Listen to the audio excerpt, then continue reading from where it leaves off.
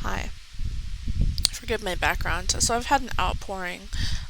Just every day there's new information, so I thought I'd just put it somewhere. So if I do a video on it, I'll remember to do it. Halloween, which is, you know, it's gonna be a hunter's moon on Halloween. The second full moon of the month. There's going to be a lot of meteor showers happening next month. So for some reason, next month is a very active in the the bodies in the heavens are going to be very active. So this is what I'm saying is that I'm going to do a fear video on that I'm going to publish on Halloween, and it's going to be on the difference between the two different types of definition of fear in Hebrew. For example, there's a rabbi confirmed online that there's in Hebrew that tends to be translated as the same word fear, but there's actually two different meanings. And I think maybe there's supposed to be context clues as to which fear it is, but it tends to confuse people. And then you got, of course, in the Greek, the word fear. So when you have somewhere like in Proverbs where it says the fear of the Lord is the beginning of understanding, but then in the New Testament it says God does not give a spirit of fear. What's up with that, right? Well, I'm going to do a bit of a study on it and try to go through the reason why I think people are confused by it is because the original words, actually the word fear has two different, in Hebrew, two different words to define two different types of fear, right? And then I'm going to do one on preparedness, how you can be in the middle of a forest, depending on which forest you're at. And trees are edible, and a lot of people don't know that you can actually eat from a tree. I know it sounds kind of like pine, depending on the tree, the pine needles are edible. The inner soft bark of the tree is edible. I just naturally, there's just these, I guess every year for the last 10 years, I have this little book that I made. I think it's for thoughts. It's given to me as a gift. It's actually for just deep thoughts or something. And so I just ended up, half the book is of course all like what I do here.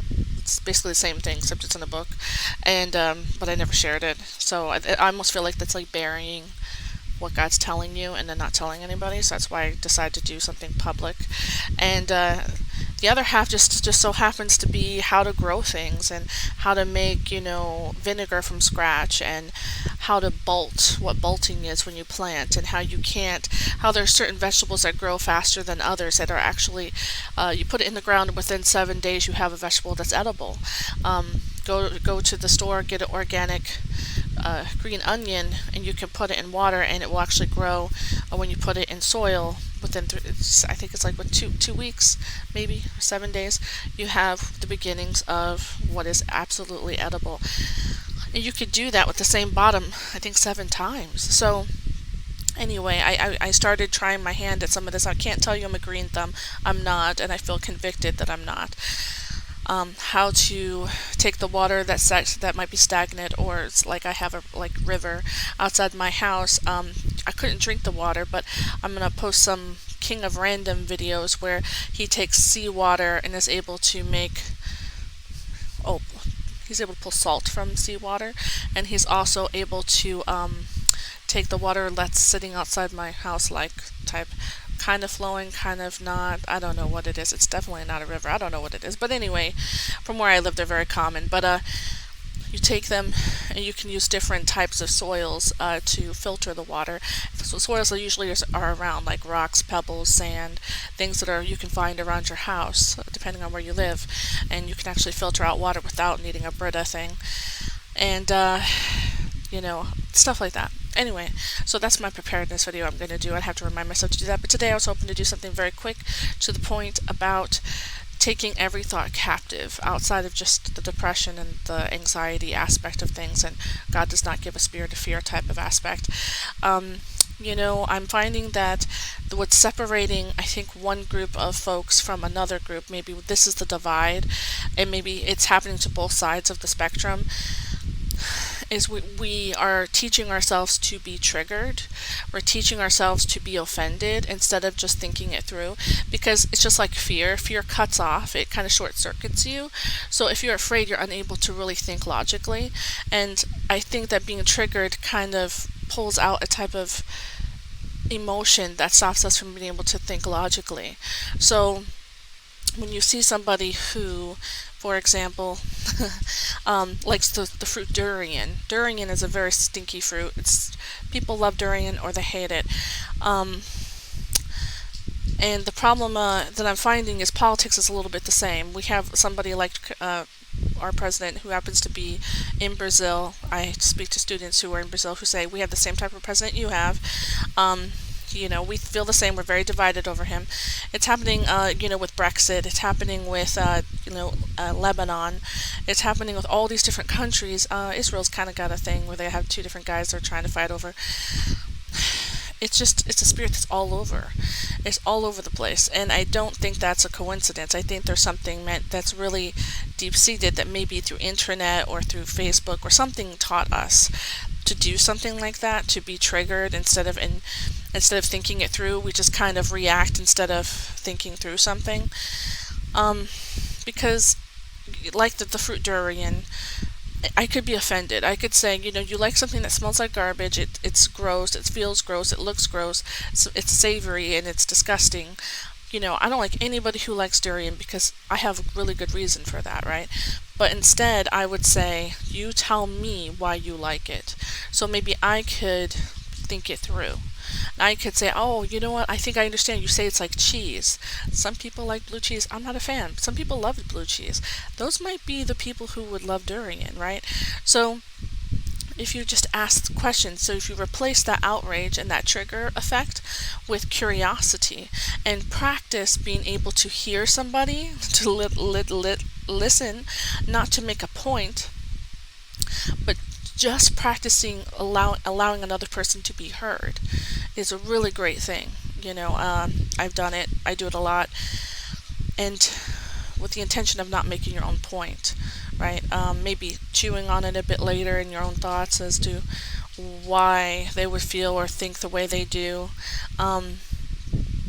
But I think what happens is people, they see somebody or something they don't understand, they're repulsed, and because they're triggered, they get angry, and they get angry at that person because they need to kick the cat. They need to find a reason, somebody to be angry toward. They need to push that anger towards something instead of realizing it's kind of something they did to themselves, because what they did was they took that trigger effect, and instead of becoming naturally curious, they decided to make it about them and about how it made themselves feel instead of how that person is feeling.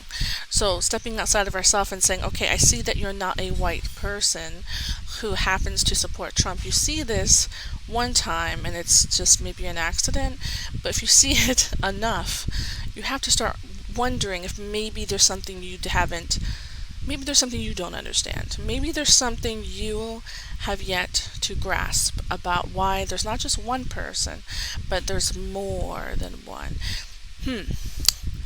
What is it about being a not white person, which by the way is judging people by their race, which is outrageous, because our soul lacks a color, our soul has no color, our brains don't have a color or a race or ethnicity.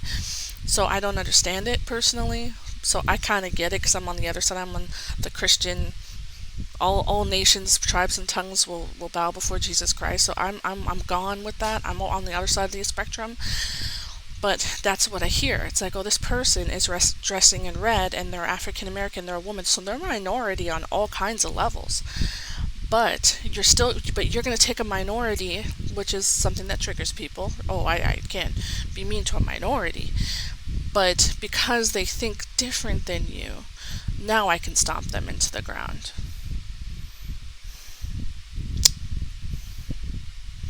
That makes sense. So now you can stomp them into the ground. Okay. All right, so it's like, that makes no sense. They're made in the image of God, and just because they're a certain ethnicity does not mean they have to think like all the other people who are their ethnicity. So I feel strongly against this on all kinds of levels. Okay, just because you're a certain ethnicity does not mean you have to agree with everybody who looks like you. Just because you're not that ethnicity does not mean you wouldn't agree with somebody who doesn't look like you. Hello. So I'm just saying, like, I don't know. At the end of the day, This is just about pride in self. It's about idolizing your own feelings and your own emotions over another person,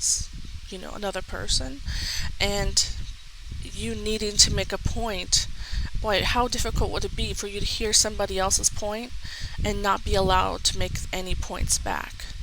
Not being able, like, if somebody was like, just covered your mouth and said, and you have to listen, and you have to walk away from this conversation never having made a point. I think maybe your mind would start to register things differently, because you're not allowed to be triggered, you're not allowed to be outraged, and you have to be curious, and you have to be somebody who's listening for listening's sake, not to make a point, and you have to walk away. And your mind has to chew on it later.